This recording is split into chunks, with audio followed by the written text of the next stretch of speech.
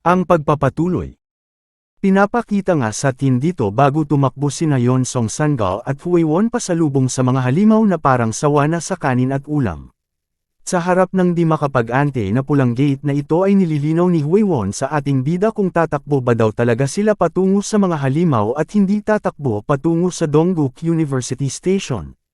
Sinang-ayunan iyon ng ating bida at sinabi ulit na tatakbo sila diretso sa mga halimaw. Pagkasabing ganun ay dumampot ito ng maliit na bato at ibinato sa kung saan, tumama naman ang bato sa barrier na nagresulta ng pagkalusaw nito dulot ng matinding kuryente. Sa hudyat nga ng pagsisimula ng ikatlong senaryo ay kasabay noon ang pagkawala ng barrier na nagsanhi ng pagmarcha ng mga halimaw. Ang tatlo naman ay tumakbo na din patungo sa mga halimaw. Habang ginagawa nila iyon ay naiisip pa nila ang paalala ng ating bida sa kanila na kailangan nga daw nilang magsimulang tumakbo pagkatapos maglabasan ang mga halimaw, hanapin nga daw nila ang pader sa kaliwa bago pa nila ito makasalubong. Sa pagtakbo nilang ito ay talagang makikita ang buong pusong tiwala nila sa ating bida na kahit pinagpapawisan sa takot ay hindi nawawala sa focus. Sa paghahanap ni Yusanga sa kung anong pinapahanap sa kanila ng ating bida sa kaliwang part ng pader ay nakalipas nga lang ang ilang segundo ay may napansin ito na nagpalaki sa kanyang mga mata. Biglang may lumabas na kulay green sa pader na masasabing isang green zone na nasa gitna naman kung saan naruroon ang tatlo at ang mga halimaw. Nang masigurado na iyon ang sinasabi sa kanila ni Kim Duk-ja ay mas binilisan pa nila ang kanilang bitakbo para marating nila ang lugar bago pa maharangan ng napakaraming halimaw at matrap sila. Kaya sa bilis ng takbo ni Sangal ay makikitang sa harapan ng nagngangalit na halimaw ay pinilit nitong maunang maabot ang green zone. Sa matagumpay na paghawak ng isang kamay sa green zone na nasa pader ay agad na nag-anunsyo ang system na sinasabing meron nga daw nakapag-activate ng sekretong green zone sa Chungmuru Station. Sinundan pa ito ng anunsyo na ang hidden area nga daw na tinatawag na Refuge of the Brave ay na-activate na. Kasabay ang paghawak na din ni Huiwon sa green zone at makikitang kung nahuli pa ng 3 segundo ito ay talagang aabutin na ito ng napakalalaking kuko ng halimaw na oso. Sa split seconds na pagkakaligtas na iyon ni Huiwon sa halimaw na nasa kanyang harapan ay makikitang niyabangan na niya ito sa pagsabi ng get lost. Ang halimaw naman ay wala nang nagawa kundi humiyaw na lang sa paghihinayang. Alam naman ni Sanga na ligtas na siya kaya binaling agad nito ang kanyang mga mata sa isa pa nilang kasama na si Yeon Song. Dito naman ay makikitang naharangan na ang lalaki ng napakalaking halimaw na oso habang pinipigilan naman ng lalaki ang mga kuko ng oso gamit ang kanyang shield. Ginamit ni Sangao ang kanyang mala Spider-Woman na kakayanan, na mahiwagang tali at itinali sa lalaki na makikita namang pinagtulungang hilahin ng dalawang babae ang tali para tulungan si Yeon Song na makahawak sa Green Zone. Sa pagkahawak ni Yeon Song sa Green Zone na nagkompleto sa kabuuhang laman nito, ay tinungo naman ng tingin ng tatlong ito ang kinaroroonan ni Kim Duk-ja na may buong pag-aalala sa kaibigang nagligtas sa kanila. Sa bilis nga ng pangyayari ay nagawa pa nila itong makita na tumakbo na din dahil sa paghabyel sa kanila ng mga ground rat at napakalalaking oso. Sa pangyayaring ito ay sinasabi na meron nga daw limitadong green zone sa ikatlong senaryo. Lumalabas nga daw ang mga iyon sa nakatalagang lugar kada round at makikita mo nga lang daw ang mga iyon pagkasimula ng senaryo. Mahirap nga daw kung iisipin na may green zone na nakatago sa pader. Ilang sandali pa ay makikitang kahit napakabilis na ng takbo ng ating bida kalong itong si Hilyong, ay parang hindi pa nga iyon sapat dahil makikita nating mahahabol na sila ng napakalaking oso na ito na animoy sabik na sabik sa dugo, na makikitang naglalaway pa nga ay sinabi pa dito na sila nga lang daw ang nag-isip na ang green zones ay isa din palang rooms. At dahil napansin naman ni Hilyong ang paparating na mga kuko sa kanila ay sinangga niya ito ng kanyang sandatang bungo at sinundan pa nga niya iyon ng isa sa ulo naman ng malaking oso, na nagsanhi ng pagdugo nito at pagbagsak. Si Kim Duk-ja naman ay makikitang tila nahihirapan sa napakaraming bugzo ng halimaw na tumutudyas sa kanilang dalawa. Nasasabi pa niya dito na meron nga daw sikretong green zone sa line number 3 at ang pang-alwa nga daw ay inaasahan niya na nasa malapit lamang sa bandang unahan nila. Habang nakikipaglaban ay may oras pa nga ang ating bida na tingnan ang lalaking naka-jacket na nasa loob ng green zone na tila naiinggit dito. Ang lalaking naka-jacket naman ay sa pagkakita niya sa napakaraming halimaw ay kahit nasa loob na ito ng green zone ay kitang-kita ang takot nito dahil sa nginig ng katawan. Sa pagkakitang iyon ng ating bida sa green zone ng naka-jacket ay nasabi nito sa sarili, na sa totoo nga daw ay sa mga oras na iyon ay gustong-gusto na niyang agawin ang room mula sa lalaking naka-jacket. Grabe nga ang effort ng dalawa nating bida dito lalo na ang batang si Hilyong dahil sa isang hampas nga ng maliliit nitong kamay ay kita ang pinsala sa napakalaking oso na kanyang binabanatan. Habang nangyayari pa nga ito ay tuwang-tuwa naman ang Dukay sa mga kaganapan ngunit parang hindi pa nga iyon sapat, dahil dito nga ay parang napagtripan niya ang lalaking naka-jacket na nasa kanyang green zone sa pagsabi nito na maglalagay siya ng penalty sa oras na iyon. Narinig naman iyon ng lalaking naka-jacket at nabahala doon. At sa anunsyo ng system na paglagay ng penalty sa senaryo ay sinundan ulit iyon ng pagkasabi ng system na ang ibang green zone nga daw sa lugar ng senaryo ay i-deactivate. Kasunod noon ang pagkapansin ng lalaking ito sa kanyang green zone na unti-unting nawawala na talagang ikinalumo niya na parang naiisip dito ng lalaki na talagang siya ay sinumpa ng mundo. Sa dami nga ng mga halimaw na nagkalat sa buong lugar sa oras na iyon ay agad nilang napansin ang isang lalaki na wala sa loob ng green zone, at agad nila itong binanatan gamit ang kanilang napakatutulis na mga kuko na talagang bumaon sa kalamnan ng lalaki.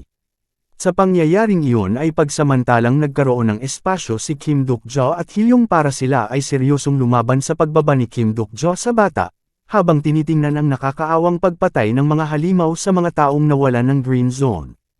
Hinugot na din ni Kim Duk-jo ang kanyang Unbreakable Faith Sword at nag-inhale-exhale bago magpatuloy ulit sa pakikipaglaban.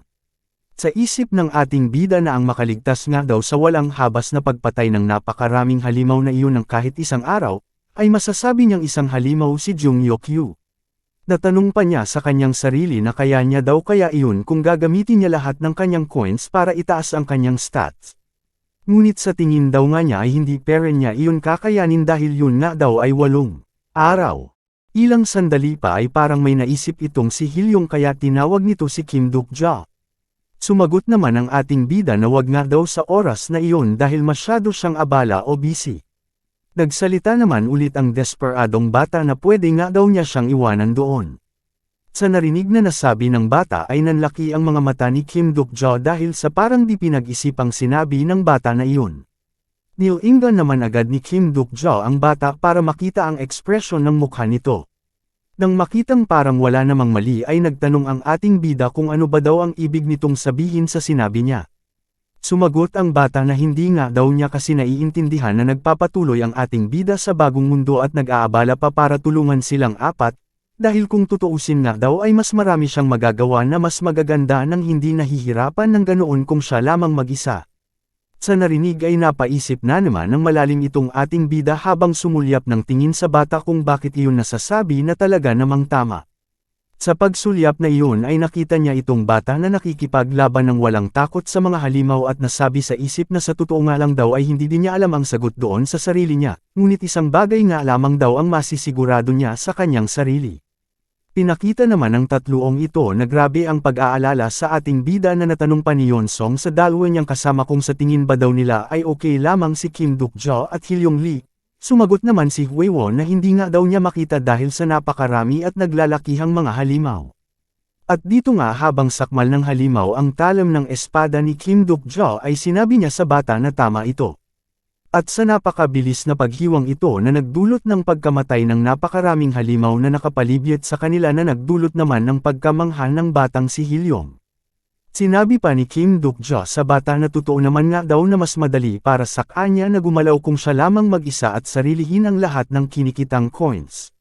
Dito naman ay makikita nating binuhat na ng ating bida si Hilyong, dahil sa pagkakaroon nila ng panandaliang space at sinabi sa bata na minsan nga daw ay nakabasa siya ng novel na nauwi sa pagiging basura, dahil ang protagonist o bida ng kwento ay ginawa iyong pagso-solo na sinasabi niya. Sa nasabing iyon ng ating bida ay talagang tiningnan ng bata ang ating bida na namamangha at nahihiwagaan dito. Sinalubong naman iyon ng tingin ng ating bida na may nakangiting mukha habang sinasabi sa sarili na hindi daw niya gustong maging protagonist dahil hindi nga daw siya magiging hero o tagapagligtas. Ngunit isa nga lang daw ang sinisigurado niya na yun nga daw bata na si Hilyong ay hindi mamamatay kahit sa araw na yun lamang. At makikita na nga natin dito ang paglabas ng napakalaking libro habang karga ng ating bida ang batang si Hilyong.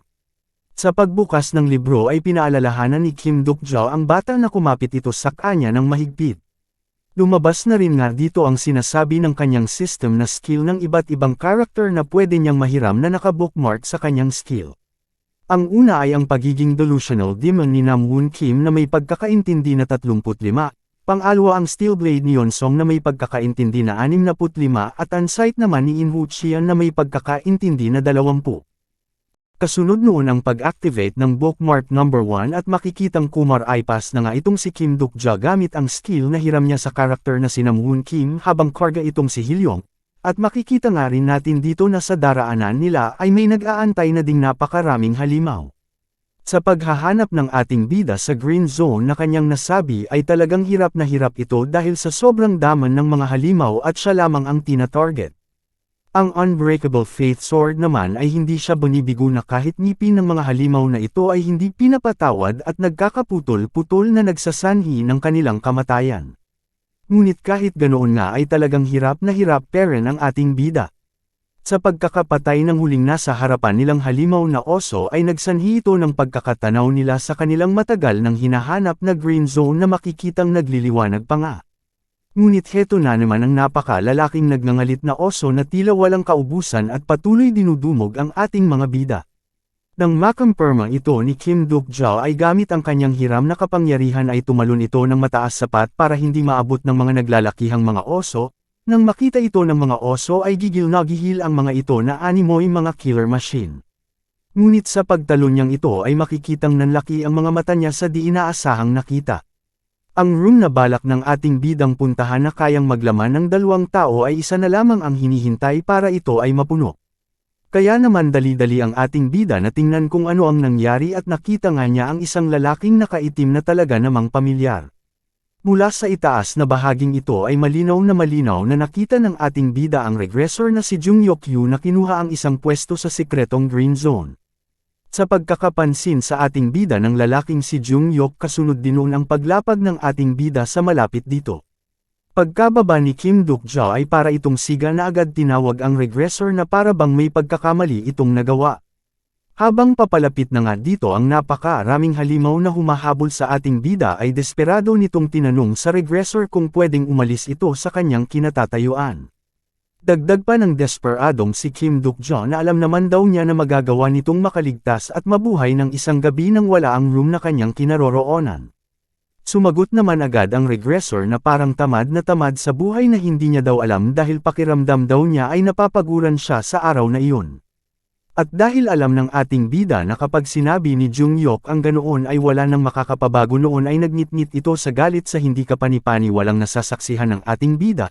Napamura pa nga ito at nasabi sa sarili na paano daw nalaman ng regressor ang nakatagong green zone gayong nasa ikatlong round pa lamang ito.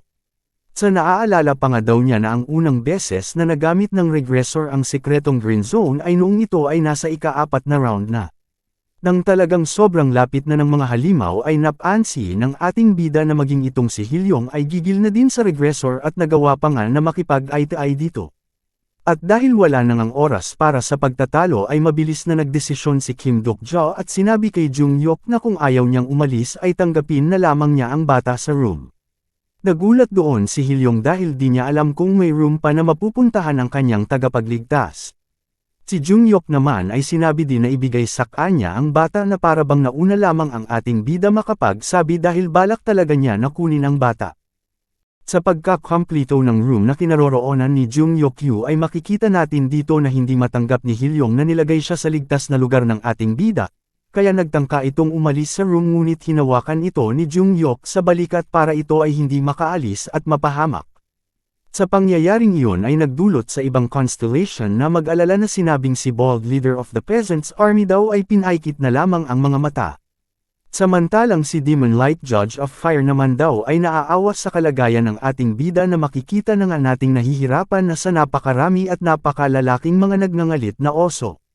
Nakikita naman natin dito na nagpupumiglas pa rin itong si Hilyong dahil sa awa sa kaibigan. Napalingon ang ating bida sa tawag ng bata at pagtingin niya ay nanlaki ang kanyang mga mata sa nabasa sa iniisip ng regressor na sinasabing, "Di ba sinabi ko na sayo na mamamatay ka?"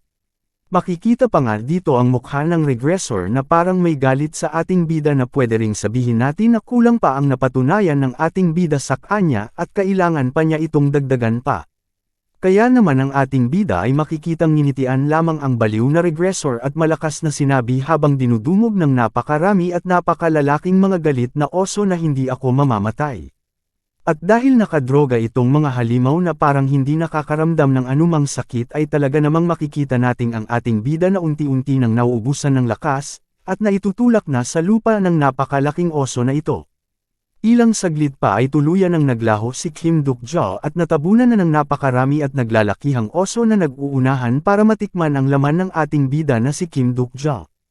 Pinakita naman dito na talagang kitang-kita ni Hilyong ang paglapo ng mga halimaw sa kanyang kaibigan, tagapagligtas at kuya sa bagong mundo na kanyang kinabibilangan.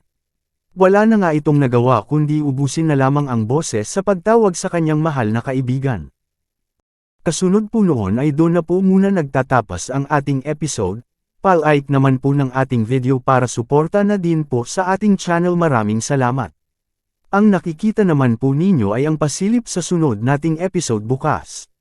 Shoutout naman po sa ating mga bagong taga-subaybay na ito. Mabuhay po kayo at magpakarami.